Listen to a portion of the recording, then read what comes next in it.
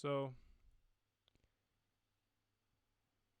um, we're gonna just do the two platforms today, or for now, anyways. Maybe later I might get Instagram in here, but Instagram seems to cut out and every once in a while, and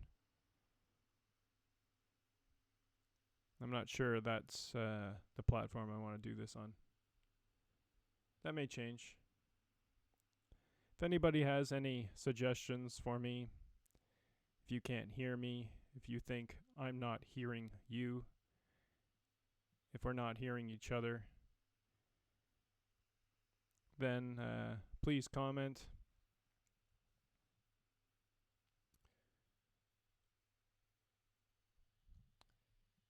Doing my best, like a few other people and groups of people, to be the alternative to that there and other companies like it.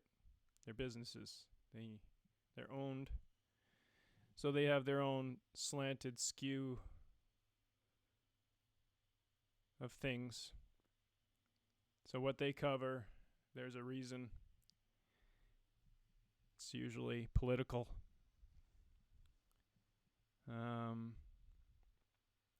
But we're part of a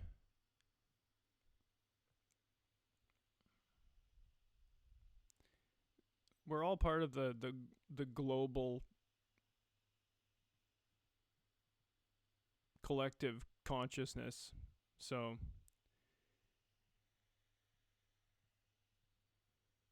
it's not all about the United States and what they're doing.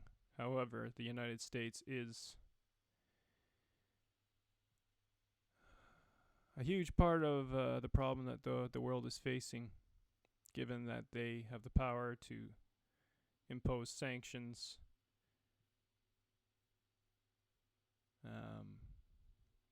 assassinate whoever they like, anytime they like, in any country they like. So they're an integral part of what's going wrong. I'd like to explore how we can make these things right. So, 20 minutes of research today. Came back from the soup kitchen. My belly's full. I have a roof over my head. I currently do not have a home, but I live in a motel for the time being. I would hate to be homeless right now in my town. Apparently, there was a place that opened up last night, another place in town, because it was so cold. I'll try to get the name of that place and publicize it. The name is escaping me. But it's very important that we don't have anyone else dying on our streets.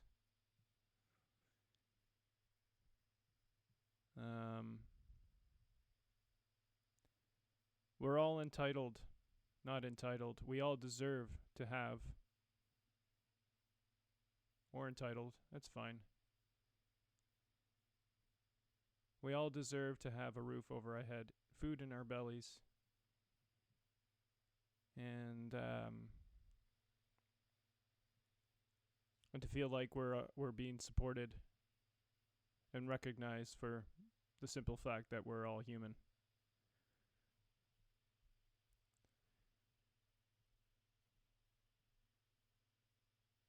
So, as I was going about my business here, there's a few stories that I would like to kind of draw attention to. And if there's anything else that you feel that is important right now, make a comment below.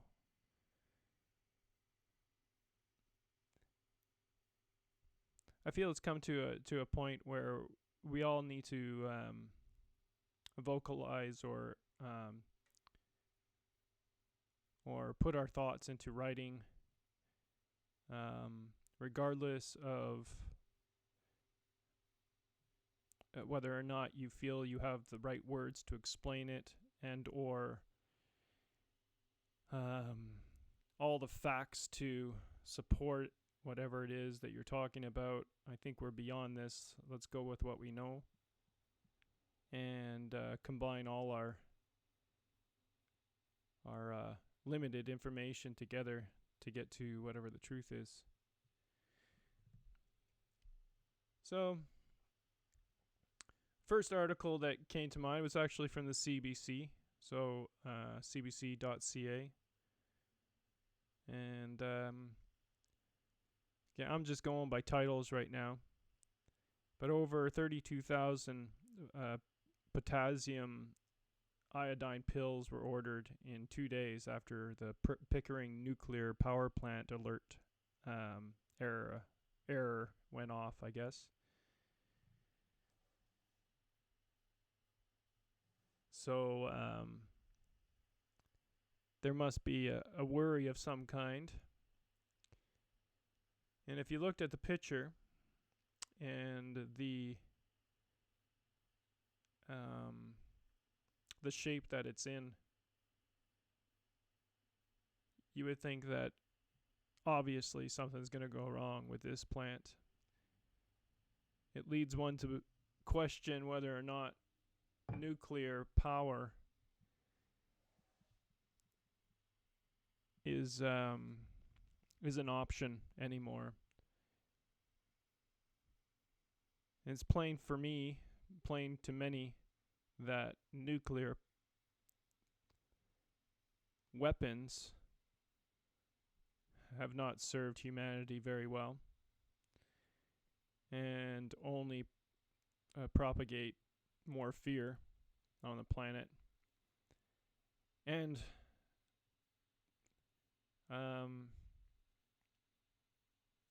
creates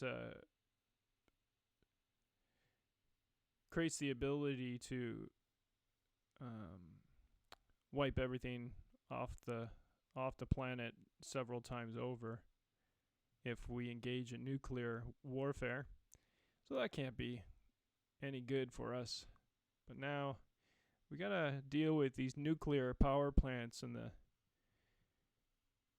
byproducts and how that all affects us in our water, in our food, in our air.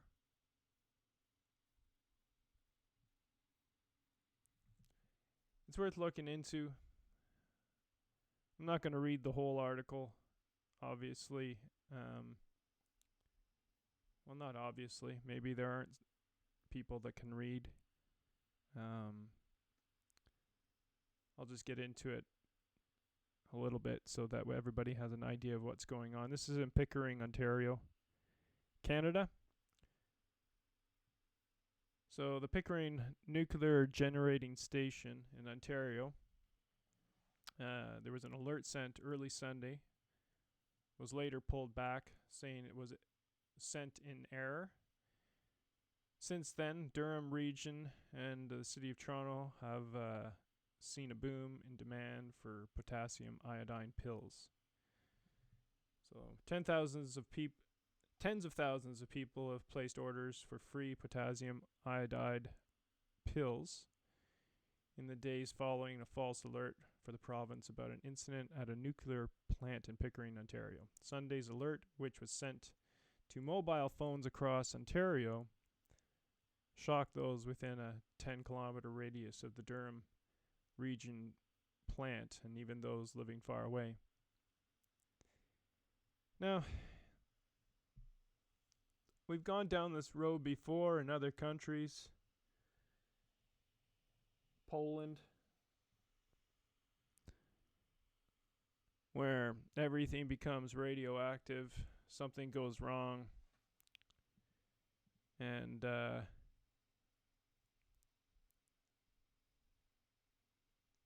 then you've created a place where nothing can survive and causes all sorts of things, cancers and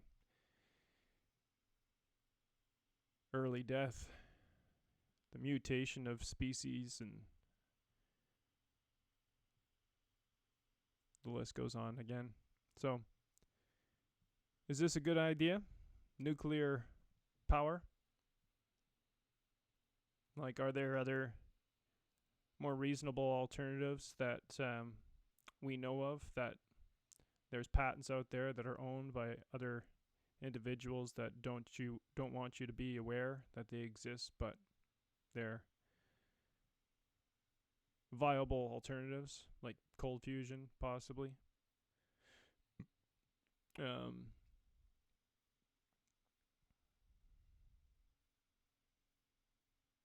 What are the other options? And also, how can we make this free so that this power isn't something that we pay for? If we're going to do this, it should be for everyone, regardless of how much money you make. Anyways, that was an interesting thing, I thought. Keep it in mind. You know, if you took a look at this one picture that I'm looking at, quite honestly, I can't see anything good coming from this.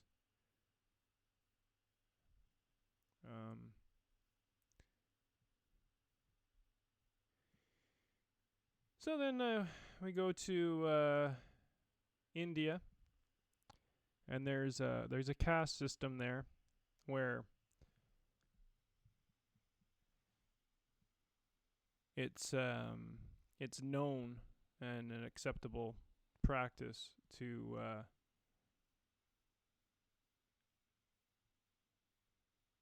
deem one portion of the population untouchables.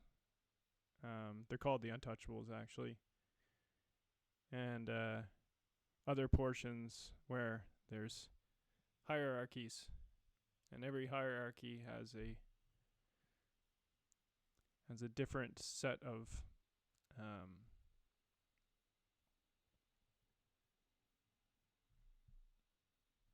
power. Anyways, here's the article. India's untouchables remain powerless, separate, and unequal. This is crazy that this still happens.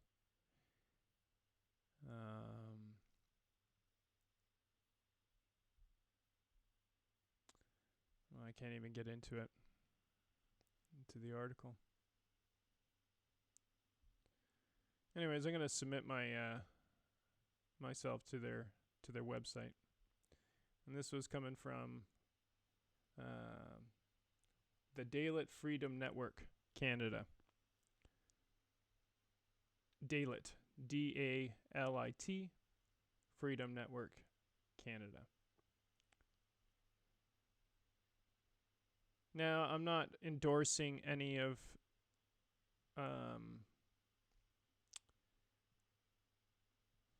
this, the donation of money. You'll have to decide for yourself what's worthy and what's not worthy, what makes sense, what doesn't make sense. Is your money going to get there, or is the money reallocated to administrators or other people? And there are certain places where you can donate your money where your money goes further, and then there's other organizations, especially the ones that have been around for a long time, question everything. And in the end, not a big fan at throwing money at the solutions to these problems. These problems can be fixed if we have a change of attitude, change our minds, our thinking.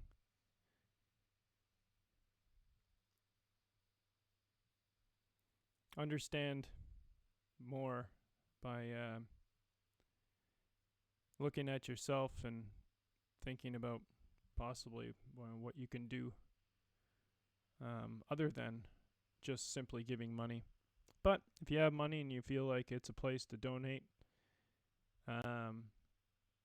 hey, you know what? In the long run, it can't hurt. You might be wasting it, but it can't hurt, I don't think. So, everybody has to make a decision on that.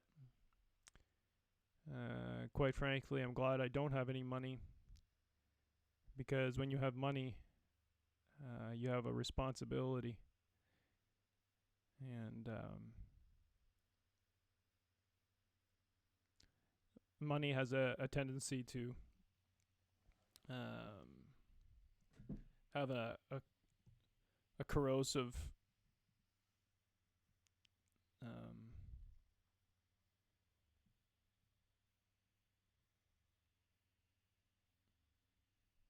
how do I put it? If you have money, it usually makes you think a little differently.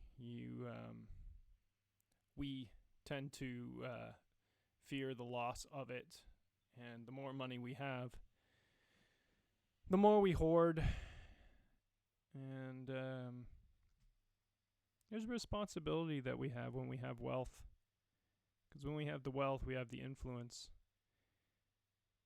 and if we're not using that influence proper, and we're just using it to influence others for financial gain, then that never works, ever. Short-lived, short-sighted. So how about we look at that caste system in India?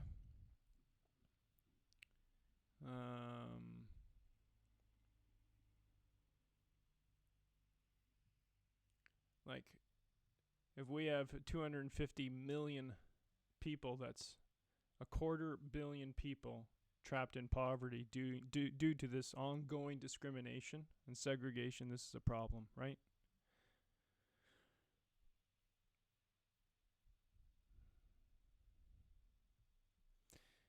It happens in Canada too, just under a. It's not seen as much. Our population is smaller, but there's definitely a hierarchy of some kind, where the poor and poverty in general is increasing exponentially every day. And we're finding more people out of work.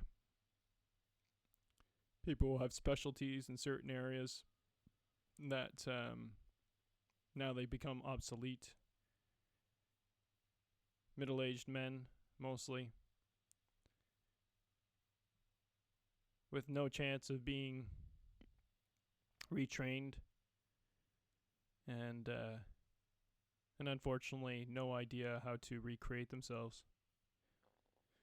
So we're finding that in Canada,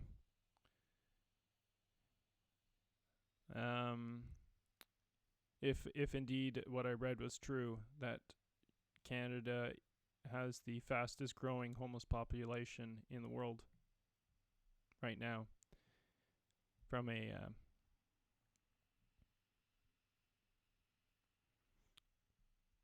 ratio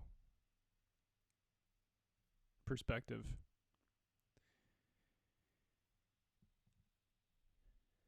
Now there's an argument that I've been listening to or hearing as well, or reading on the internet, and this attitude is fueling some hatred and is creating division amongst us, and I'd like to talk about that for a bit. Now, many of the articles that I've been reading about homelessness in Canada, they've been equating homeless Canadians, and immigrants, and the way immigrants get treated and are homeless get treated, and the discrepancies between the two.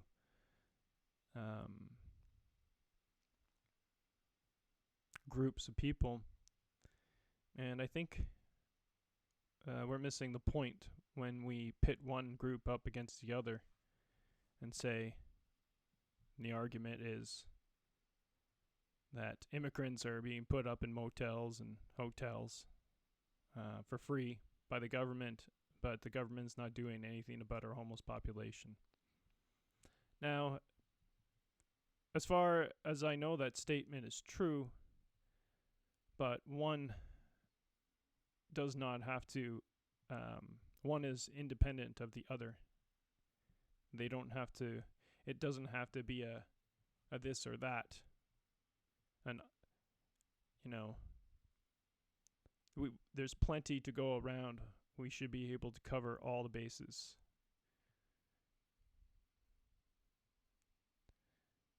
So, it's much like the, playing a baseball game. And if you put all the men on the field on first base and nobody's covering second, nobody's covering third, nobody's out in the outfield, nobody's playing shortstop,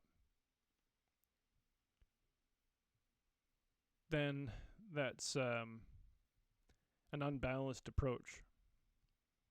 So we need to be thinking along the lines of a more balanced approach when it comes to these things, and not pit one group up against the other because they're both in need. And as far as our immigration policy is concerned, from what I can gather from just being a regular layperson, is that there's a certain quota that is acceptable, but maybe we should be thinking not about quotas, but about just doing the right thing. We all live on this planet together. Some of us have grown up, or have lived in countries that are obviously at a severe disadvantage to every other country in the world. Some are worse, some are better. Canada is better in that, at least people aren't being slaughtered in the streets. And violence isn't always something that we're dealing with on a constant basis. Although on TV, movies, and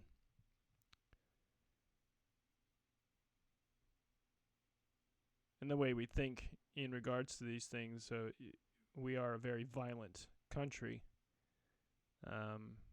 Having said that, the opportunity, there's more opportunities here. There are limited opportunities, don't get me wrong, but it's better here than other places. So, let's say you're one of the untouchables in India, or you're a child in Syria, your family's in Syria, and there's no food. There's no way that you can grow your own food. No one's helping. Military might is the only thing that matters. Then maybe we should be opening our doors and taking down the borders and building more bridges than walls. And that's said figuratively. The walls that we build up in our minds and our attitudes towards other people,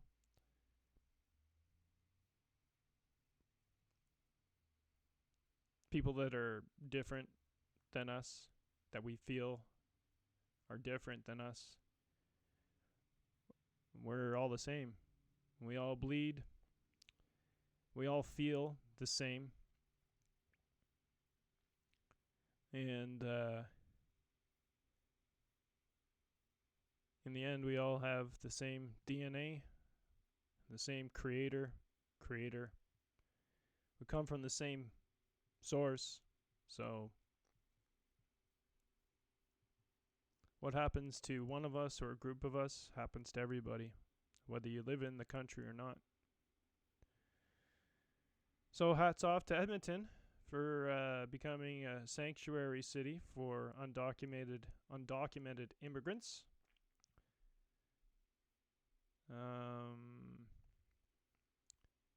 Something needs to be done. But at the same time, let's not forget our homeless population here in Canada. The lost, the marginalized, the sick.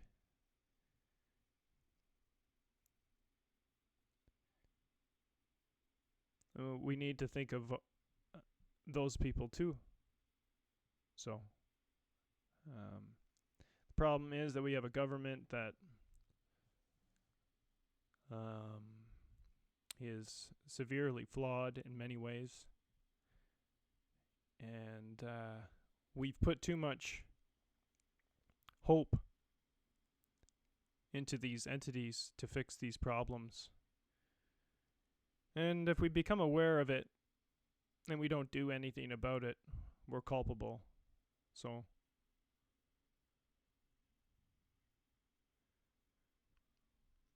we have a responsibility to each other to not only acknowledge that the inequality exists, but to act. So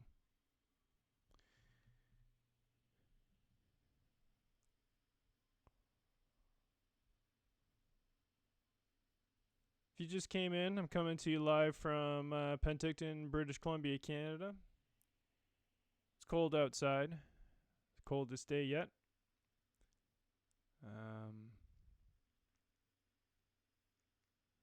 We still have people living on our streets in Kelowna, Peachland, every city around Canada for that matter, most likely.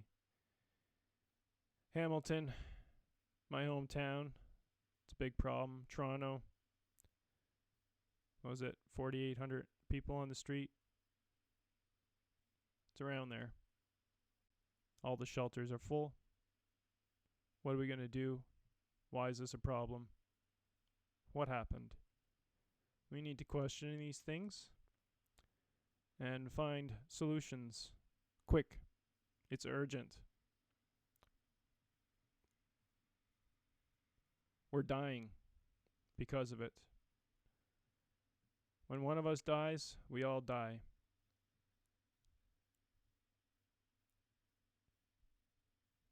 When one of us is suffering, we're all suffering. When one of us is hurting, we're all hurting. And there's a growing number of people that are hurting. And they feel alone. Like nobody listens. Nobody cares. And they'd be right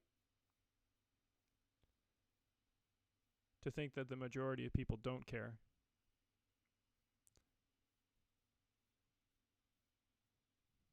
I think it's incumbent on us to care before it becomes our problem that we're on the street. It is our problem. It's all our problem. But we shouldn't wait until we have the same specific problem for us to do something about it.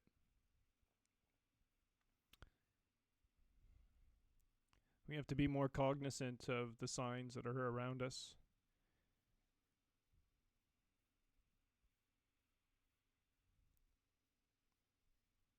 We have to be better watchers and listeners.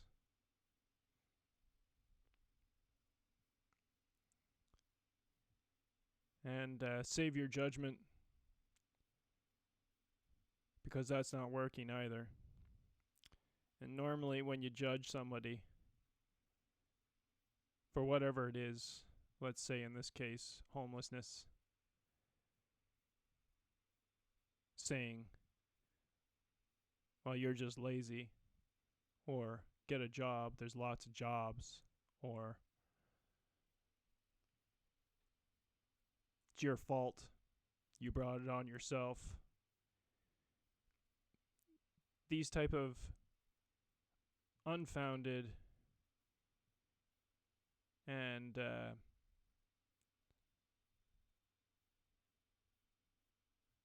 ignorant comments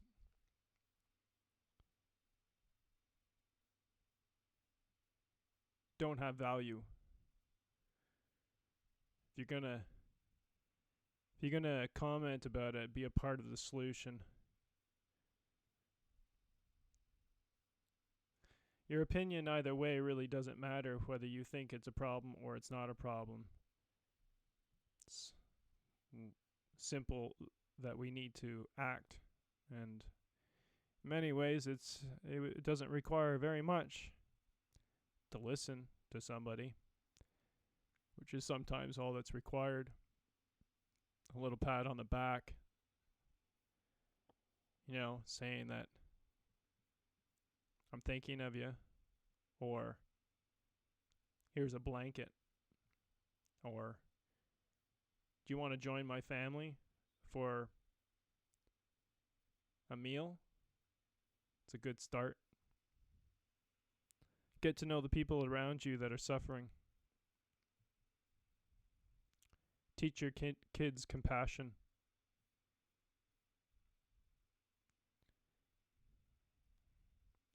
What we're teaching our kids right now is how to be as greedy as possible, to take more, to fend for ourselves, that our country should be first. Might equals right. When patriotism is born,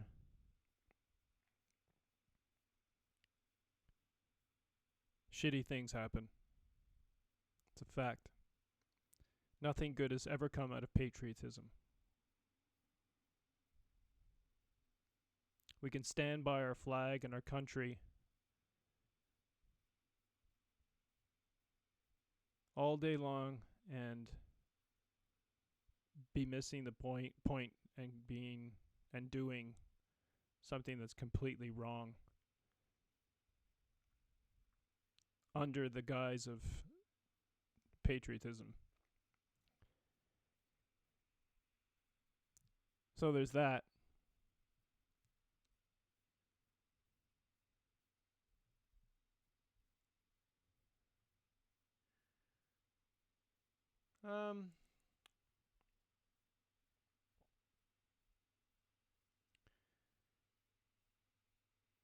So the next article that came to my attention was Washington. It comes from the Washington Post, and the title says Pentagon loses track of $500 million in weapons equipment given to Yemen. Few things I think about when I see this picture and see posts like this, without going into the story and why and how these things happen. How do you lose track of 500 million in weapons? We could probably figure out amongst ourselves why those things happen, like corruption in government, the tails wagging the dog. One hand does not know what the other hand is doing. Government lies, they cheat, they steal, they take, they assassinate, they create war, the illusion of war, the threat of terrorism.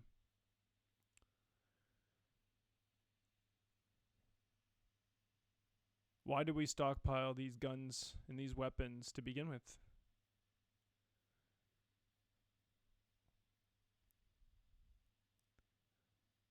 Why is humanity so hell-bent on killing each other?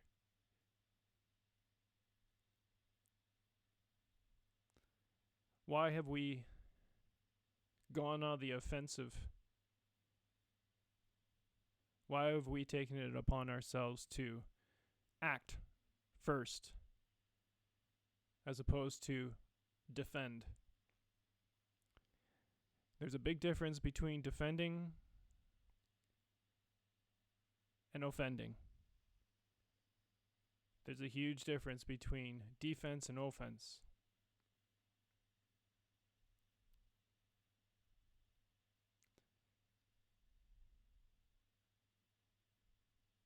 The United States of America is responsible for countless wars.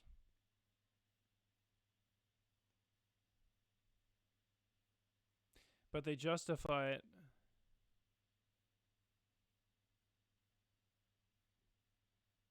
through business, oil companies, in particular oil. We don't have to go back too far to recognize that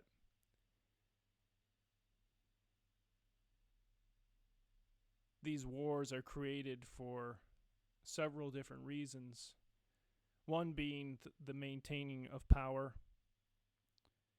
If you create a war, you're more likely to stay in power so as not to disrupt the management of said war. Also, the incredible greed that we have, and the idea that we need to monopolize resources and labor. And the United States is a big culprit for sure. Canada is not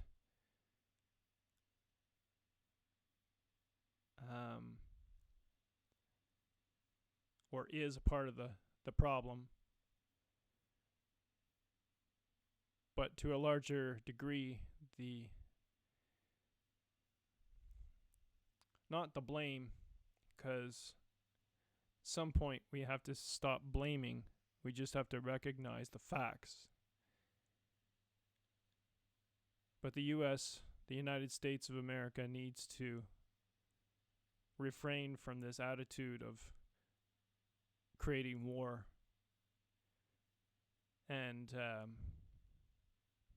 using propaganda and money and influence to persuade those that are of weaker mind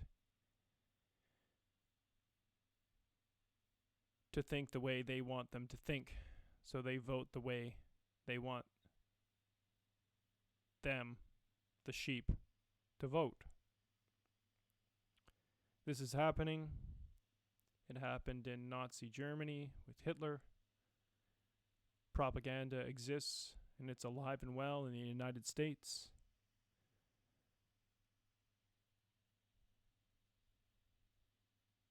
So, be aware. It happens, and it's happening now.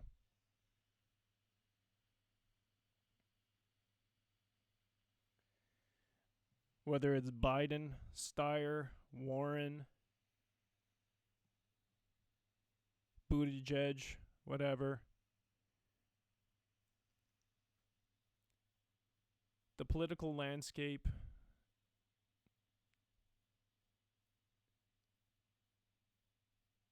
as we know it factually now is broken. There's a 50-50 split. Democrats versus Republicans. And when you have that kind of allegiance to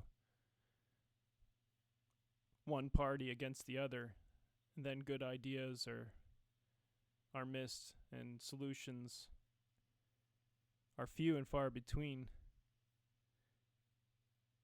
because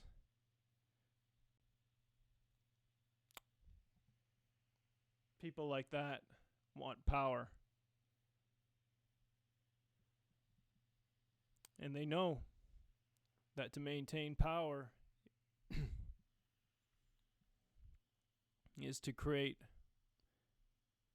confusion,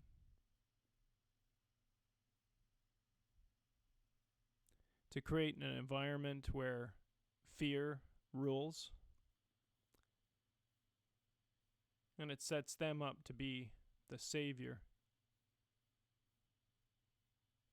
False prophets, all.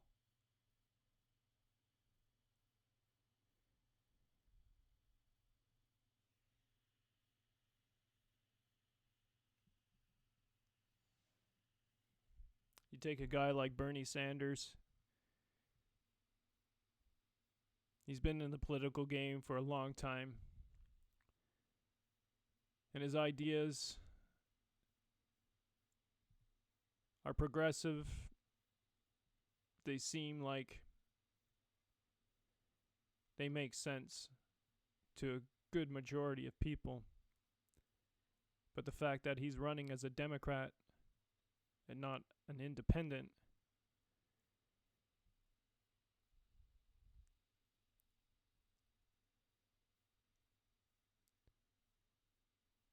pretty much nullifies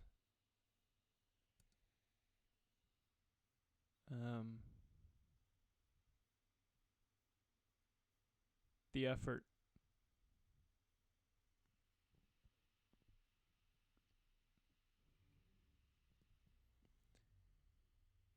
So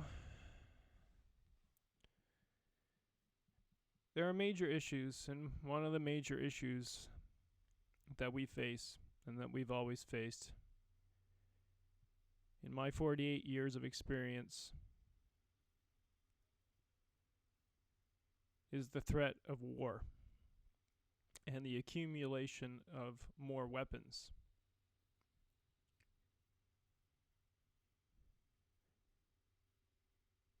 The United States needs to lead on this.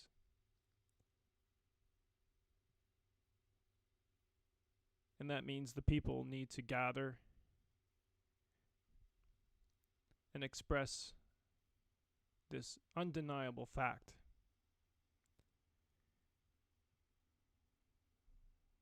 Nuclear weapons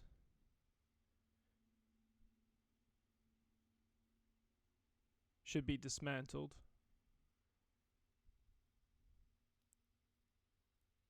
And the only way this is going to happen is if the superpower that is the United States of America takes the lead, leads by example, and dismantles these destructive tools used to kill large amounts of people all at once.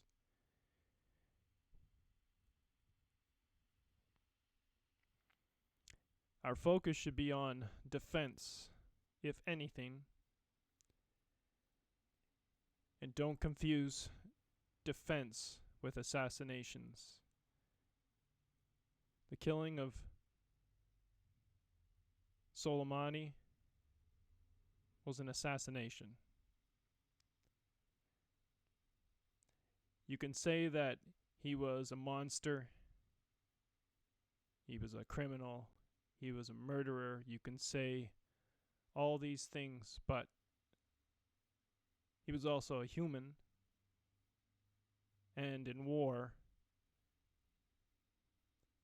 what else do you do in war but kill? So,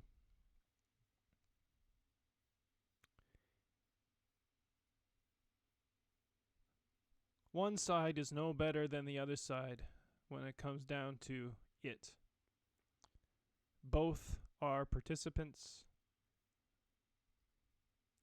and we all participate if we don't express ourselves and do something about it. however that looks individually.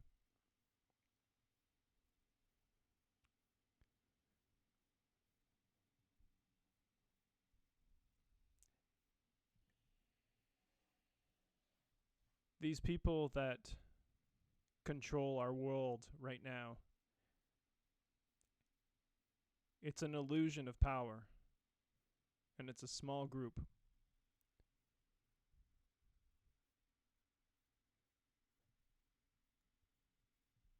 The majority, or even a smaller group than the majority, can fix this. But we all have to be on the same page and be able to work off a clean slate and allow everybody else as well to have a clean slate to move forward, to get rid of these machines, these weapons, chemical weapons.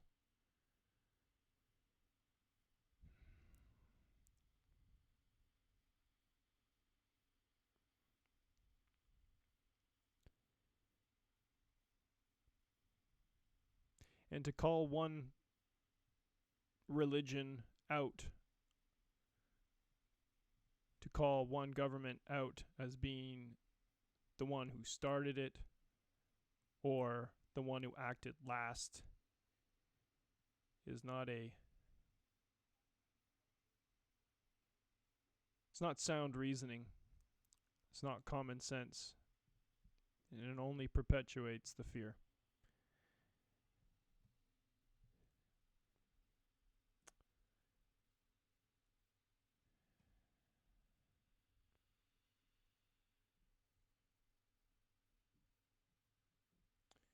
So, yeah, I'm talking again. Go figure, eh? Hey, Brandon.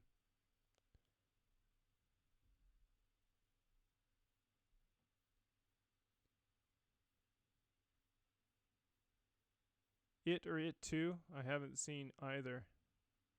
It. That's a Stephen King novel, eh? It's a movie too, about a clown. Not interested. I hate horror, man.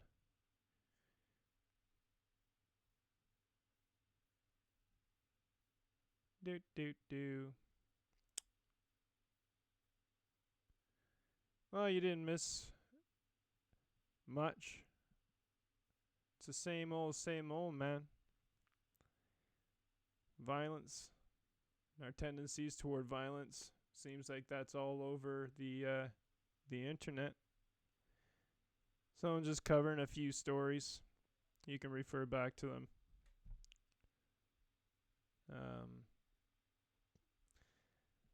The next thing that I kind of wanted to discuss, because it has local ramifications as well as everything it can be local, and then you can expand it to be of pertinence to the entire world. And that topic is is our relationship between indigenous people and other people. Now, in my community, we have an indigenous population that is on the other side of the channel. And then we have indigenous people live inside the confines of the city. But there are obvious problems that we face, and it stems from a long history of being abused. And not taken away from the fact that these things have happened and that people still suffer from these things: rape, RCMP, violence, the inequalities that are obviously there, the land issues.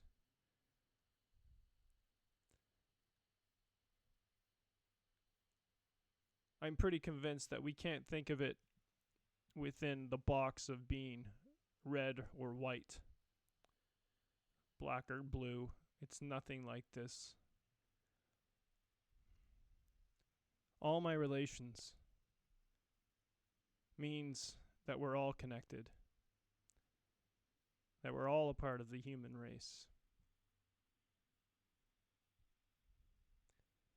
And it's very important that we think this way now more than ever.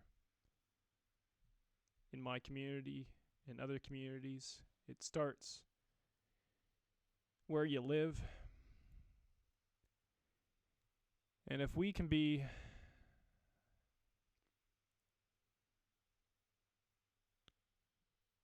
one community, not separate from each other,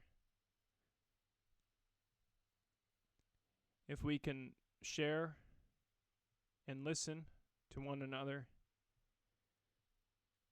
if we can make the changes necessary to create a better environment for everybody, everyone, then we really have a chance to be an example to the world, to our country, to our province.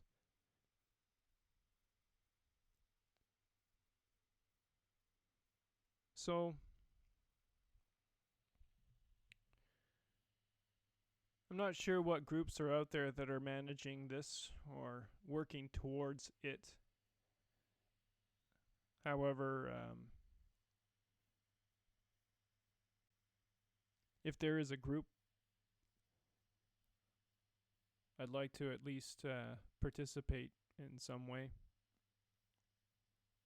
to see if we can come up with solutions. Because we have some obvious problems that if we deal with them together, then it's a win-win-win for everybody.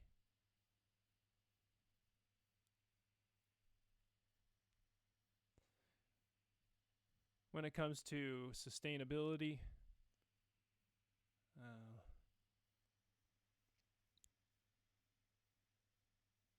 housing,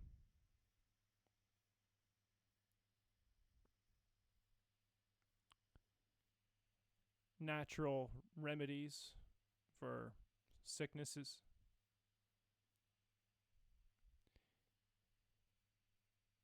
it's very important that we rethink how we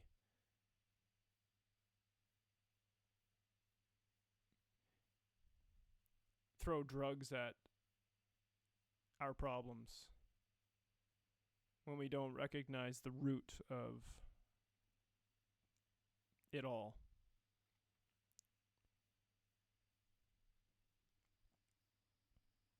And together, that alliance might just work.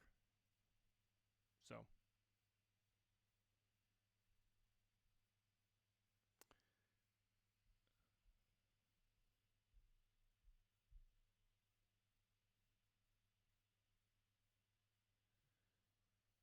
what's Kachuk? I have no idea what that is. I'll look it up and then I'll give you my opinion. Not that it matters.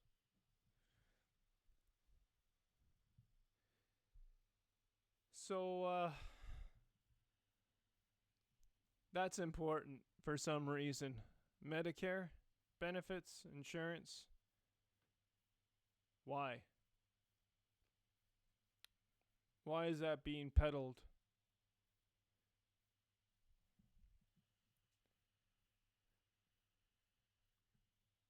What's a copay?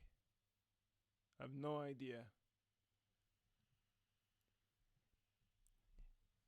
If health is important to us, it should be free, regardless. Free. If it helps, if it makes us healthier, it should be free.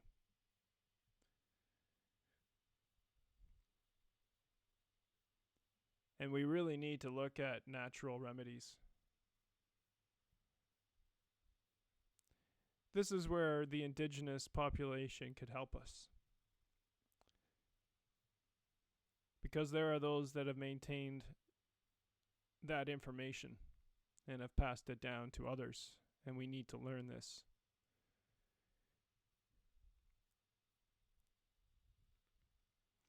All indigenous people, or most, we have something to learn from.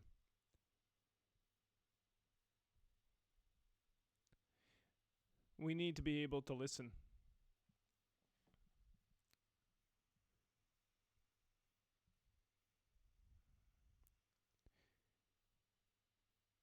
The communication between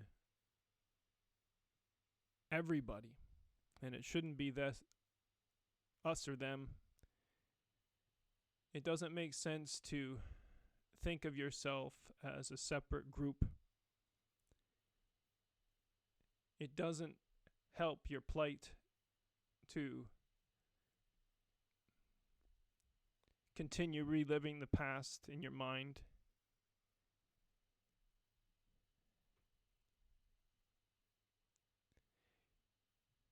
To a large degree, many of us have been marginalized regardless of skin color.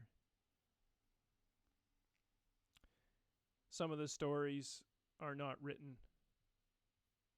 The history is not known.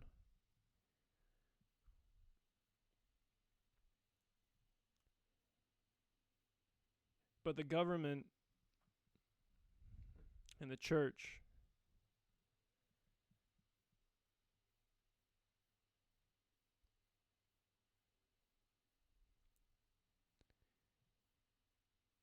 that's where it all kind of stemmed from.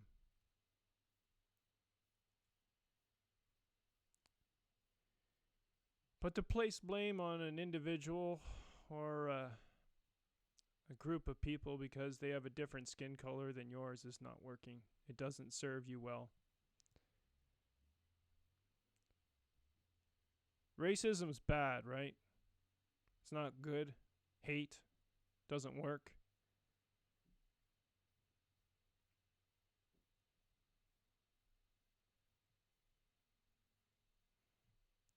So let's try something different.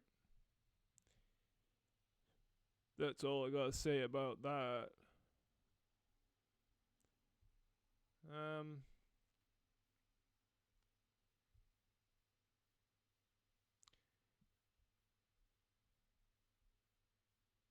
Then there was a picture of a little girl, and she's emaciated. Literally just skin and bone.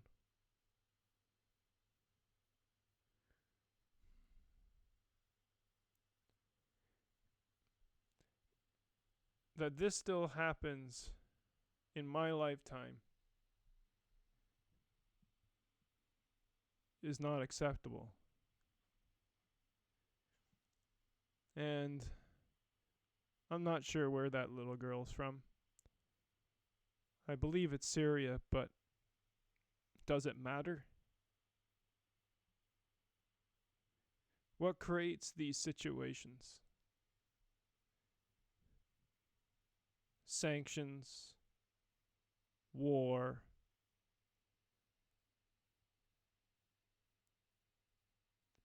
violent uprisings. The innocent always pay.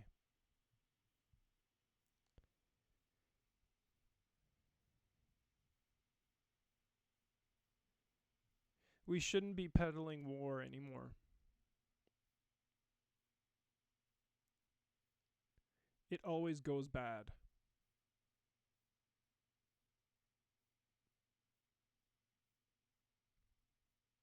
we shouldn't be sending young people to war. We should not be using them as pawns in this obviously stacked game that those with are playing.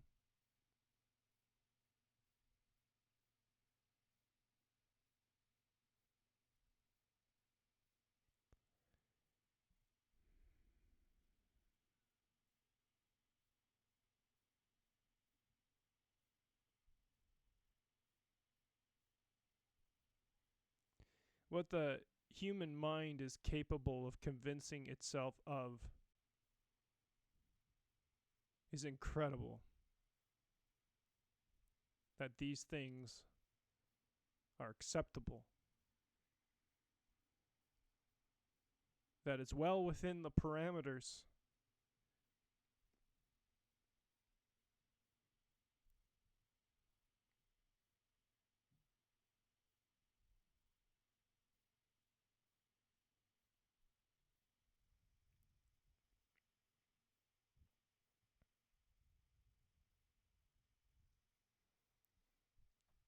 the only way we're going to change this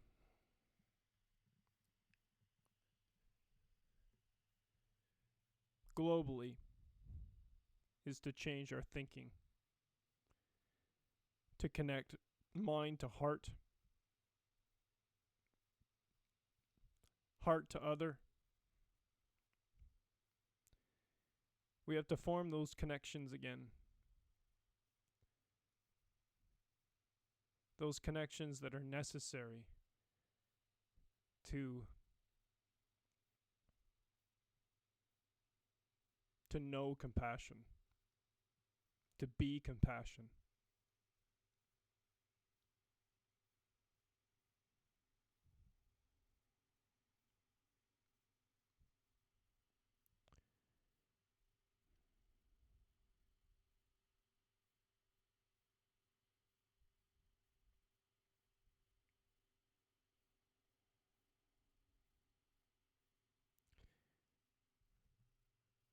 This is your daughter.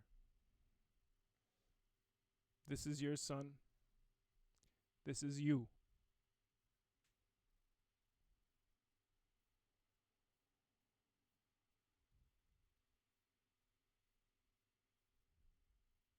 If you don't know that, you need to spend more time alone in silence. If you don't know that, you're missing out on what it is to be human, to be a part of this universe. If you don't recognize yourself and others, everyone,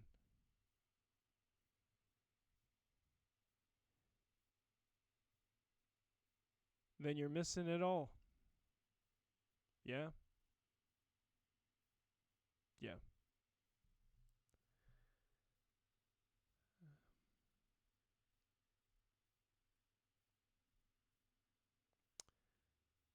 So the next visual I came across in the 20 minutes of research I did on the internet was from an organization called nationalinterest.org.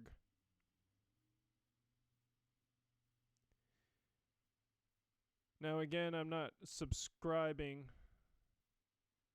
to their philosophies. I have no clue who these people are about. But anytime I hear national interest, I obviously think that something's wrong. Because nationalism or patriotism or liberalism or capitalism, communism or whatever other frickin' isms that are out there,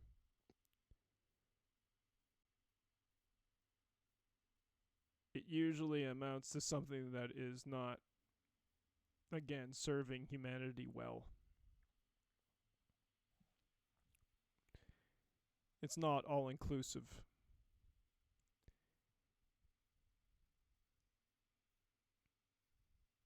It puts usually one group of people over another. Anyway, the picture was of a B-2 bomber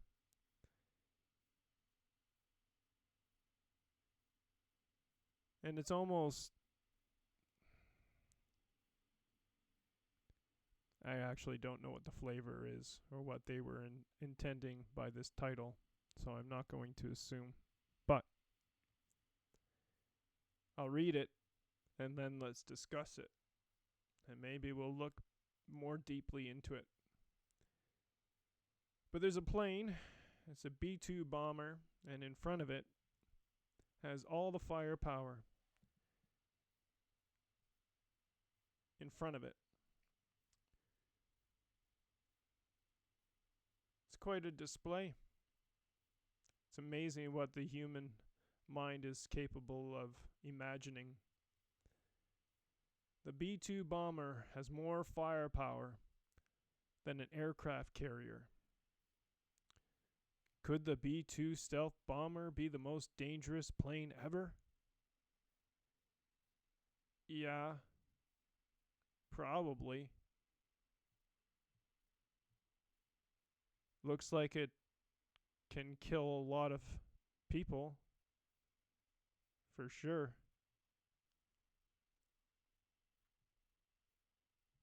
Is this something that we should be celebrating? Let's find out what the national interest is all about.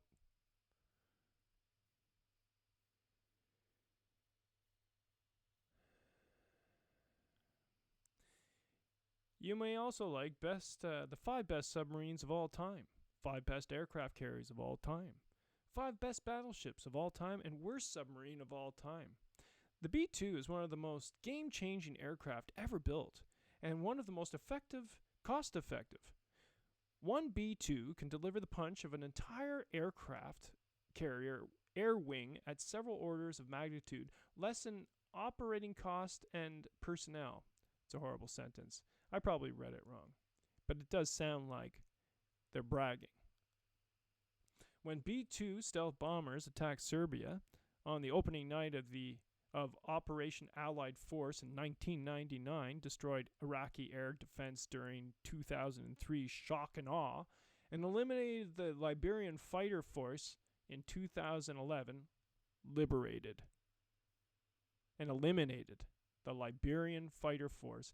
The attacks were all guided by highly specialized pilots trained in stealth attack tactics.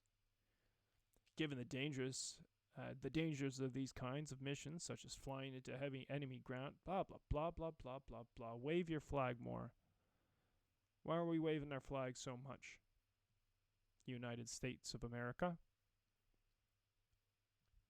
Why are we celebrating these things?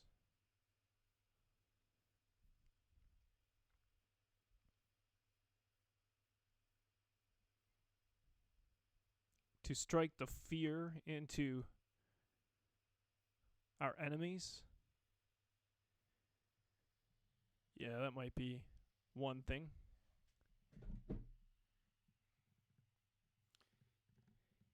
Has anybody ever noticed that fear doesn't really work in curtailing the violence? That it only promotes more violence? Fear?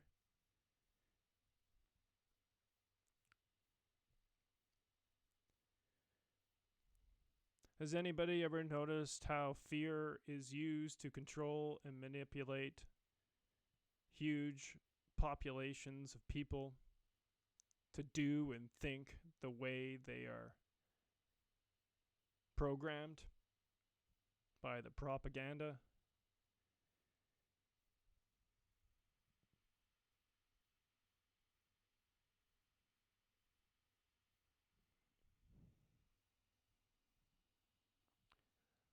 the United States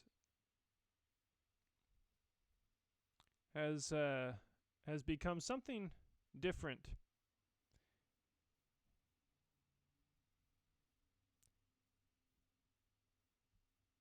And it was inevitable because although the idea was good and democracy was the end game at the start, it was designed by many that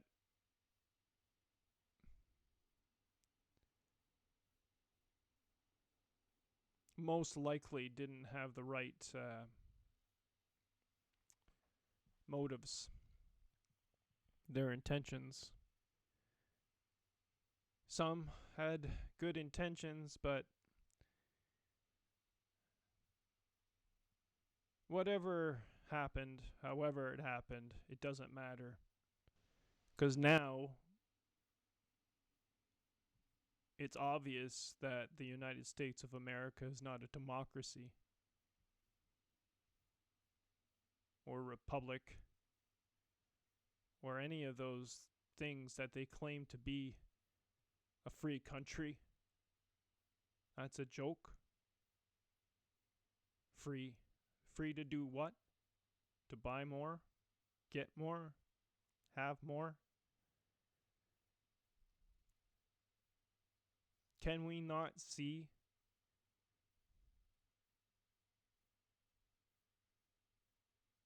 what's directly in front of us? How we've been manipulated to believe that things are important. And the only way you're going to maintain these things is to continue doing the same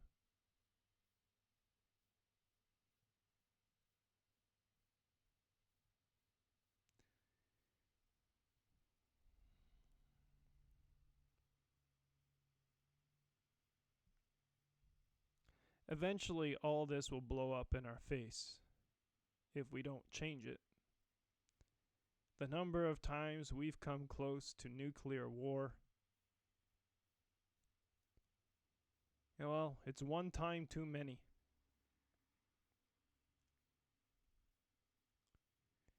When planes get shot out of the air and civilians, people, die as a result because their plane was seen as a threat, and because the United States of America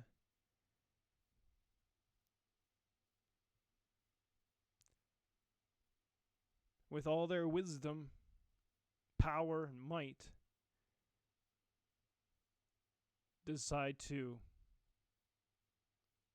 willy-nilly take out the second in command in Iraq, not in their country.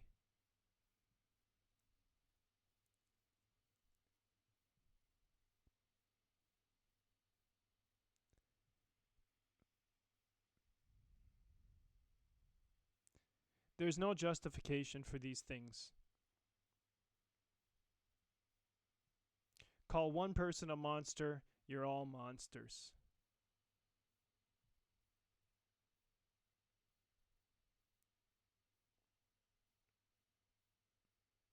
But that's not the... We're not monsters. This is not our optimal way of being.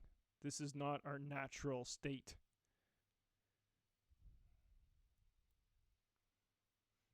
War makes you do shitty things.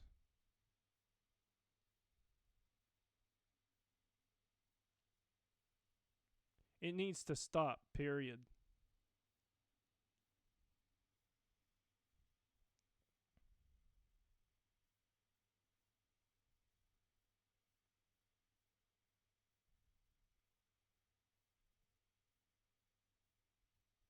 if we want humanity to continue. If we want to build off of all that we know and have learned up until this point, if we want to keep the good, we got to throw out the bad, which means we have to make better decisions.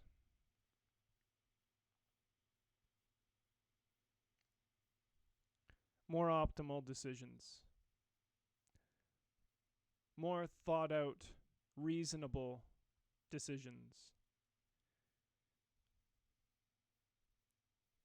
And because money and greed is at the root of it, money, greed, which spawns from fear, because that is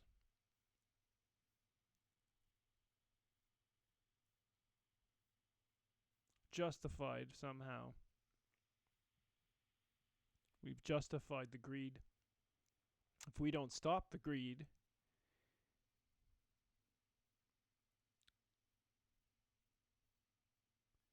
then we will lose it all eventually, and it will get worse exponentially. It will multiply, and each day that passes, it doubles, doubles, doubles. It multiplies to a point where you come to a point of no return, and now there's no stopping it, and all the bombs go off. All the chemical weapons.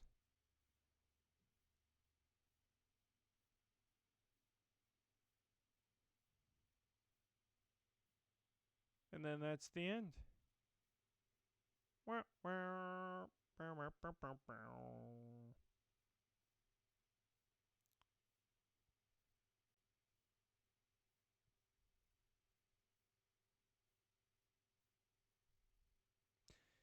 So, solution.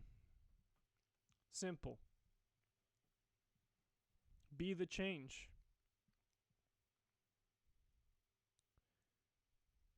Make better decisions in your own life.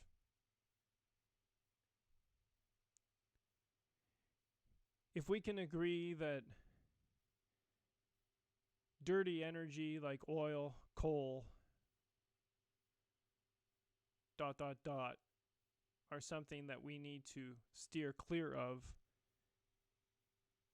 modify drastically. If there are other alternatives, we need to focus on those alternatives and not use the old ones.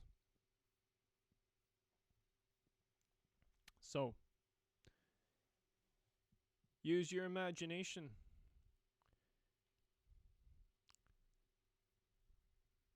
Are you a part of the problem? The problem doesn't get fixed if we don't fix ourselves.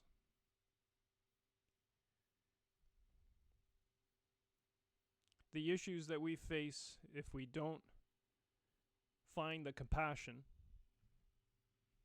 and the understanding, without those things, it'll get worse.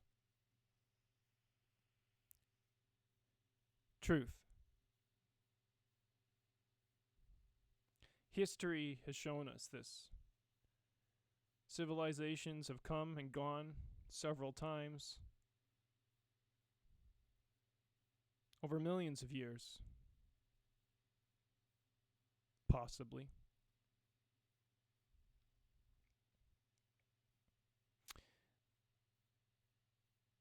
But because we don't know our history, we're not taught this history, we're not aware of how civilizations come to ruin, it's not at the forefront of our minds, we're not learning from it, then we don't think about it. And we think, oh, this is new. It's not new.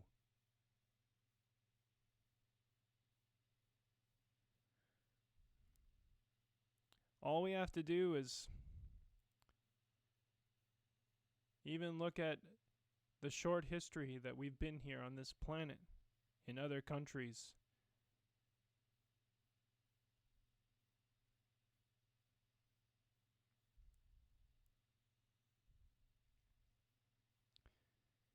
We have countries run by mafia.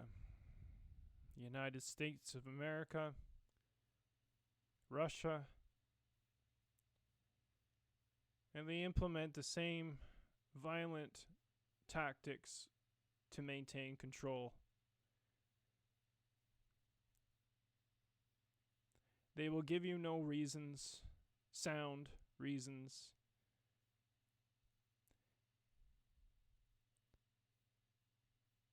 They will continue to use force because that's all they know.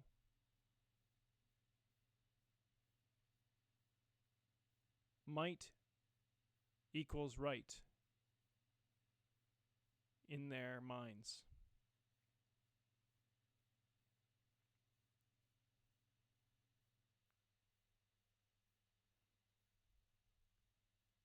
And those who have power, unquestionable power, like what we see in the United States and in Russia, these people align themselves together. In the end, they'll backstab each other, but they'll take everybody down with them unless we act.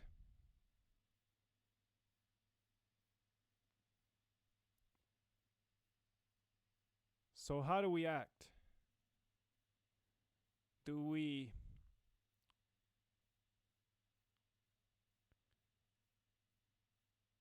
implement violent tactics, uprisings, and take over that way? Has that ever really worked?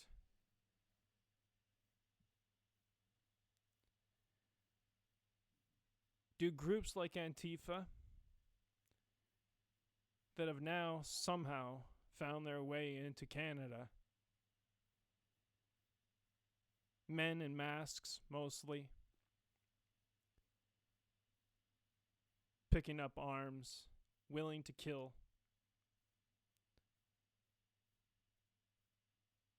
for what seems to be the right reason,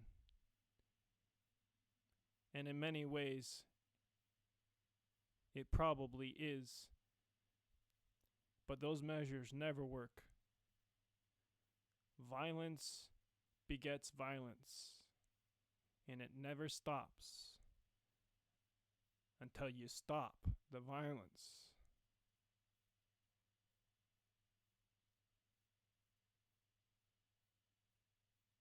Yes? No?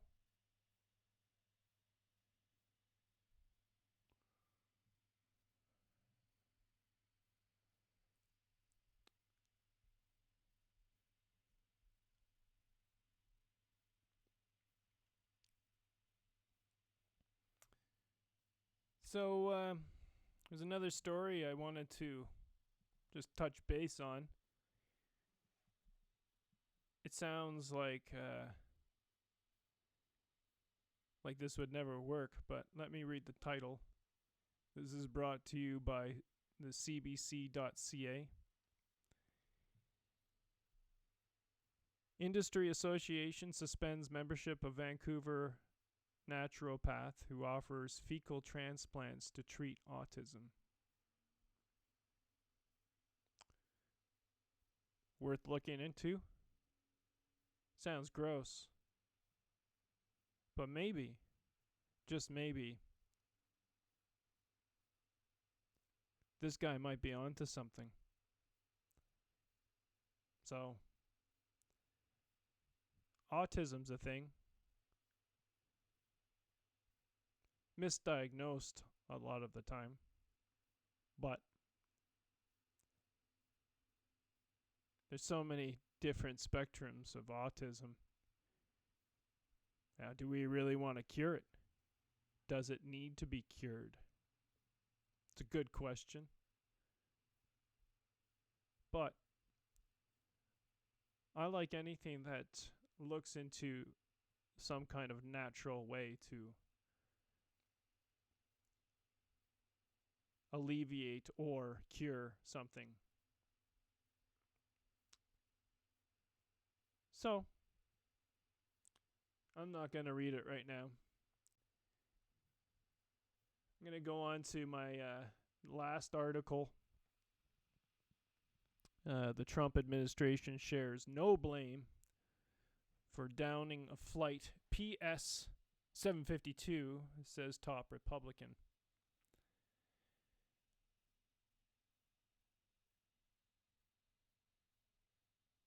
So they share no blame. All right. Well, we have to ask ourselves a question, maybe a few questions. Would this plane have been shot down if Qasem Soleimani was assassinated or wasn't assassinated? Let me repeat. Would flight PS 752 been shot down if the Trump administration and the Republicans, the White House, government, if they didn't give orders to assassinate the second in command, Qasem Soleimani, if they didn't do that, would this plane have been shot down?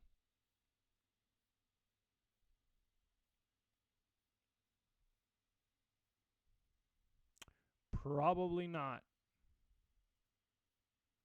Most likely not. 99.9% chance that it would not have.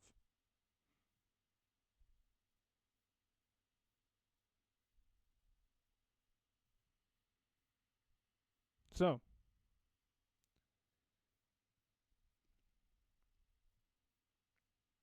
governments never say they're to blame. However, we do have a country, Iran, saying that it was a mistake. I'm not sure if they would have owned up to it if there was a possibility that they could get away with not accepting responsibility. That being said, they did. So now we're left with that. More dead people on planes. For why? Oil and power.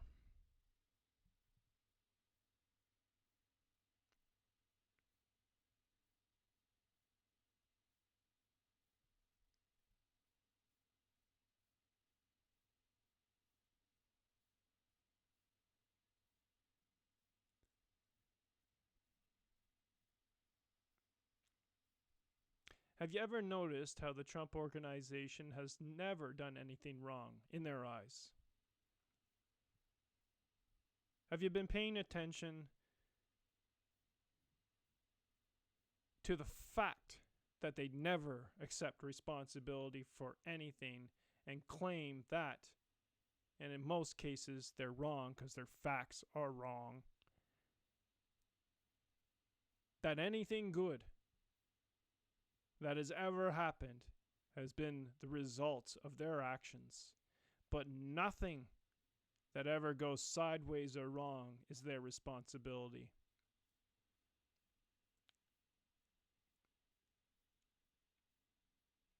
Is that even a possibility?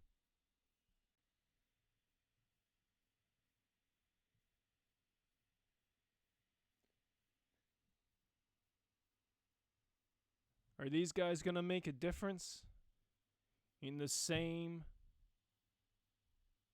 positions of authority? Has it ever changed? No. It's just getting worse. I guess it has changed in that it's getting worse and they're more brazen about it.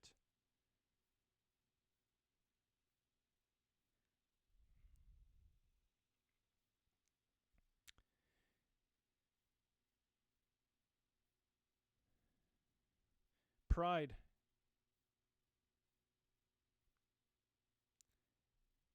U.S. pride.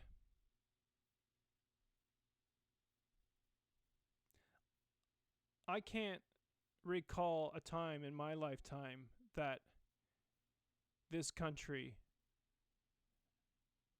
has never exhibited pride.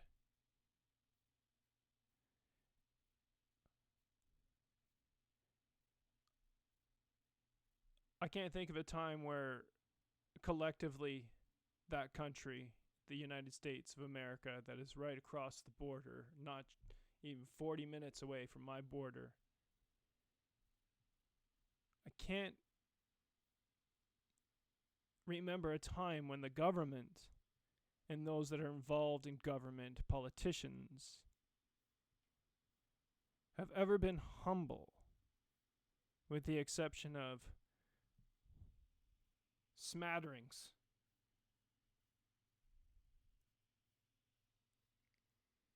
Maybe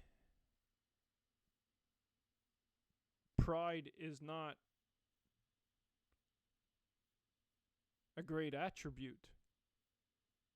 Maybe the saying pride goes before the fall is a thing.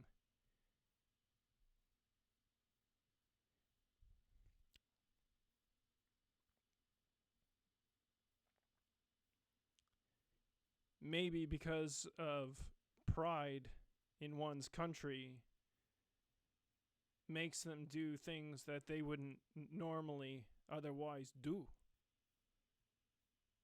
like kill innocent people, participate in assassinations,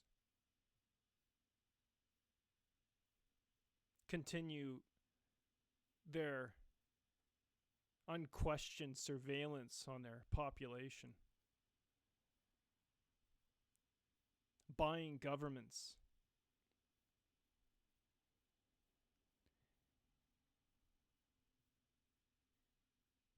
Every government is bought in the United States. Either it's bought by some pharmaceutical companies, some oil conglomerate, some other country,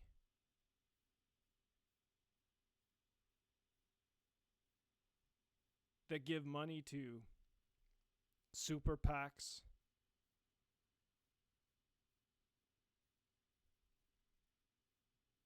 Money buys power. Is that working?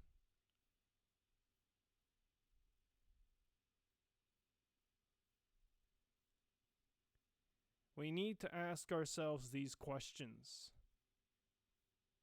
We can't live in ignorance.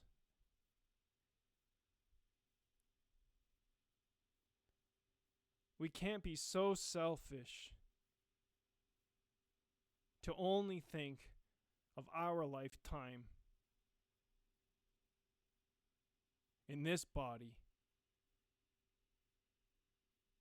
However it works, we can't have this type of thinking any longer.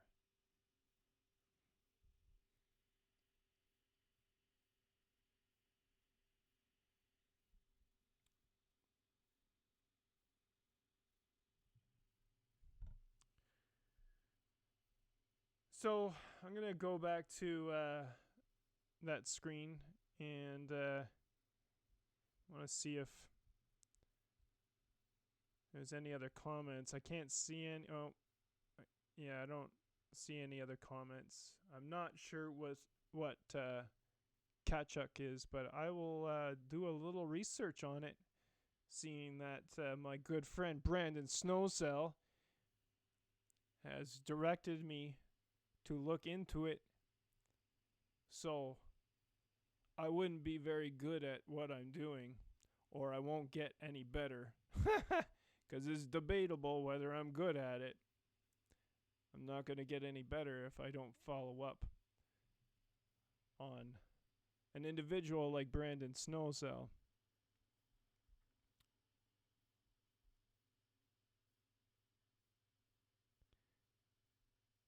And Brandon, as I read your comment about smiling, this is my natural resting face. This is how I look.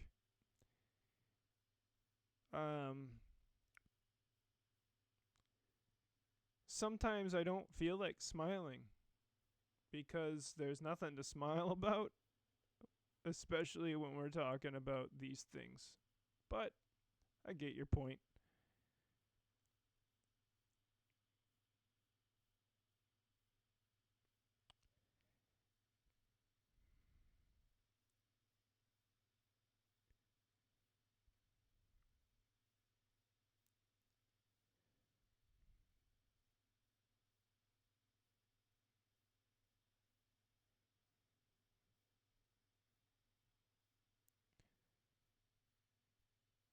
What's it going to take for us to be completely free?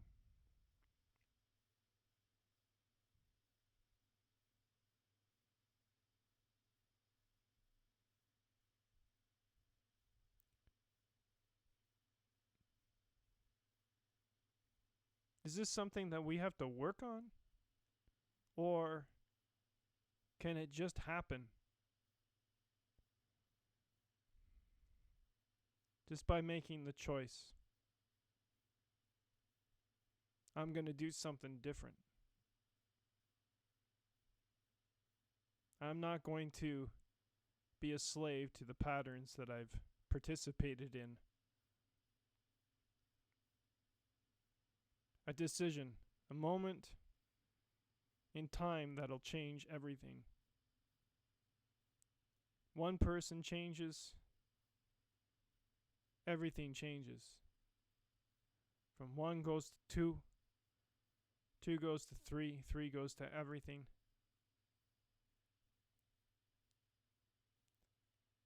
I tell two friends, you tell two friends, and so on and so on and so on. Vidal Sassoon, you're welcome.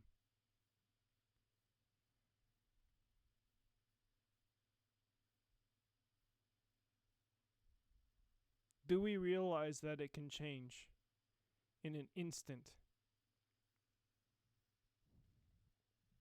by making better decisions?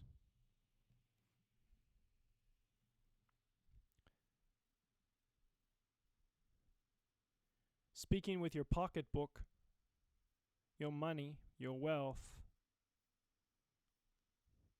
realize that you came in here with nothing and you will leave with nothing. So, if money and wealth give you influence,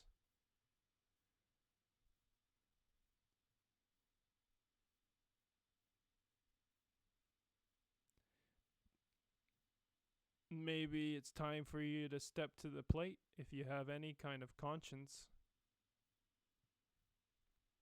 If you can see the inequalities that are all around you. Start in your town. Don't just focus on your family, your blood. We're all family. We're all one. Pick a spot. Dig deep. Dig in.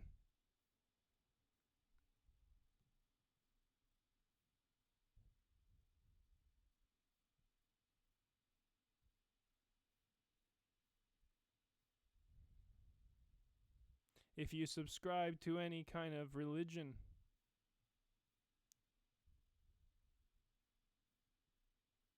don't let other people tell you how to interpret the teachings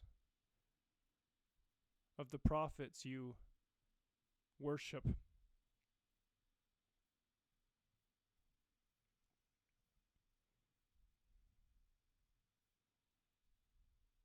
In conjunction with your own intuition and discernment, figure it out for yourself. Those who subscribe to a political party of some kind, don't allow those that are leading said parties to manipulate you and control you through propaganda.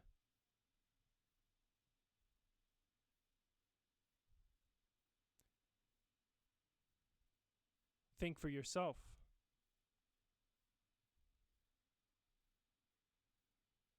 Talk amongst yourselves, but mostly listen. Be the fly on the wall.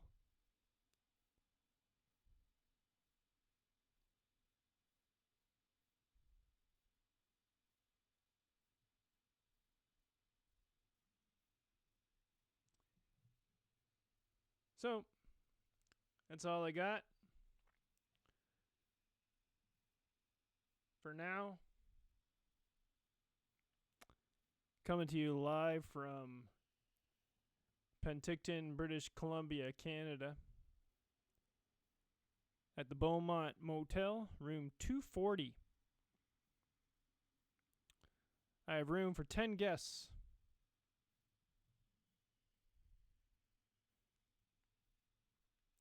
I'll put the tea on. In the meantime, I'll do some more digging. Maybe do some more writing. I don't know. I definitely got to do the dishes. I made my bed today. I have a pair of skis that I need to sell for food. So I'm going to take a picture of those and put them on Marketplace. And if I can't sell them there, I'll just take them to a pawn shop and exchange that for the crumbs they give me.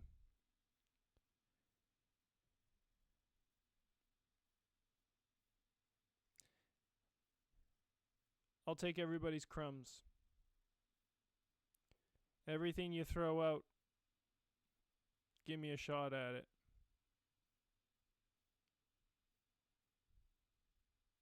I'm all in.